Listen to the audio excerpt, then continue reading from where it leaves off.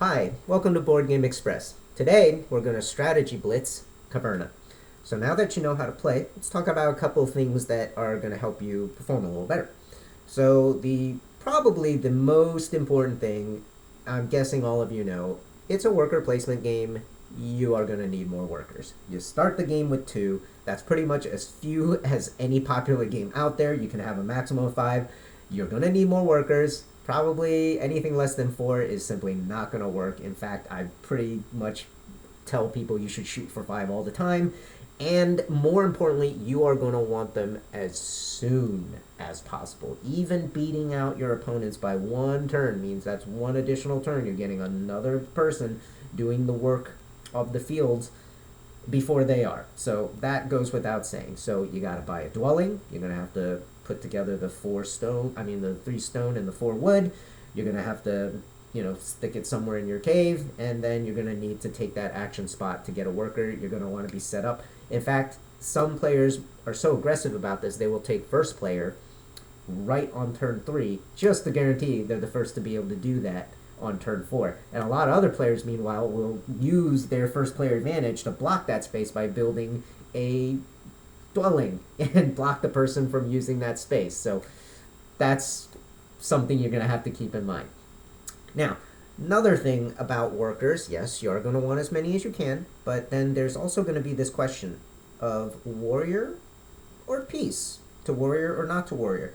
Now, the nice thing about this game is that both can work. You can go lots of warriors, you can go few warriors, it's all fine. The only thing that tends to be true is that any situation where you have a lot of players and everyone's kind of leaning one way, if only one person is leaning other, they're going to have a big advantage. So, for example, if no one in your game is creating warriors and you create one or two, you are probably going to be very well off because you're the only one who's going to be fighting for those exploration spaces. But on the other hand, if you're playing for 5 people and everyone is going gangbusters building warriors, imitating to build warriors, you may actually just be better off not fighting for those spaces. So it's one of those, crowded room through a small hole kind of things. There's a bottleneck effect here. However, that said, I almost always recommend having at least one. If you do not have at least one, you run a very great risk of your opponents being able to take advantage of some very excellent spaces and then delaying their actions on those spaces while competing with the ones you actually want, and then they get to save those for the end. So I tend to want one warrior all the time. All right. Now, second thing is, I know there are a lot of furnishings, and it's easy to get kind of distracted with all the farm work needed. I gotta get the fields planted. I gotta get some animals going. I gotta build capacity. Need to clean out the rooms. You are going to want some of these things, and not just the dwellings, of course, to grow your family, but also there are buildings that help you produce a food engine. There are a lot of those. Some work with animals, some work with vegetables and pumpkins. Some even actually work with the materials, the wood and the stone. In fact, those exist.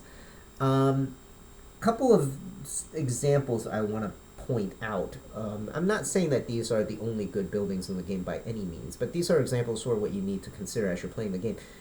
There are some buildings that give you end game points. That is one thing you are going to probably want to focus on. So, like, these are some very basic examples. 8 points if you have all warriors, 8 points if you have no warriors.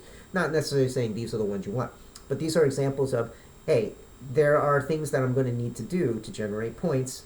These buildings possibly house some of the better methods of doing that. So just kind of keep that in mind.